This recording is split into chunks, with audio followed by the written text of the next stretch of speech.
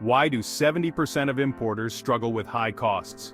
Because they don't know these insider tips on finding the best freight forwarders. Whenever we think about importing goods, the first hurdle is finding a reliable freight forwarder.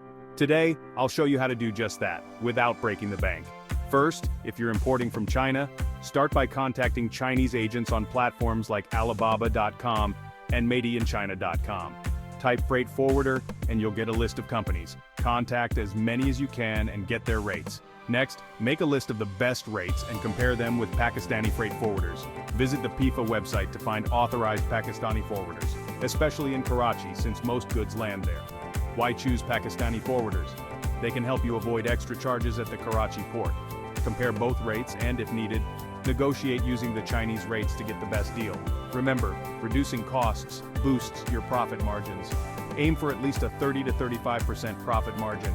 If the margin's too low, consider other products. I hope these tips help you save big on import costs. That's all for today. Take care and happy importing.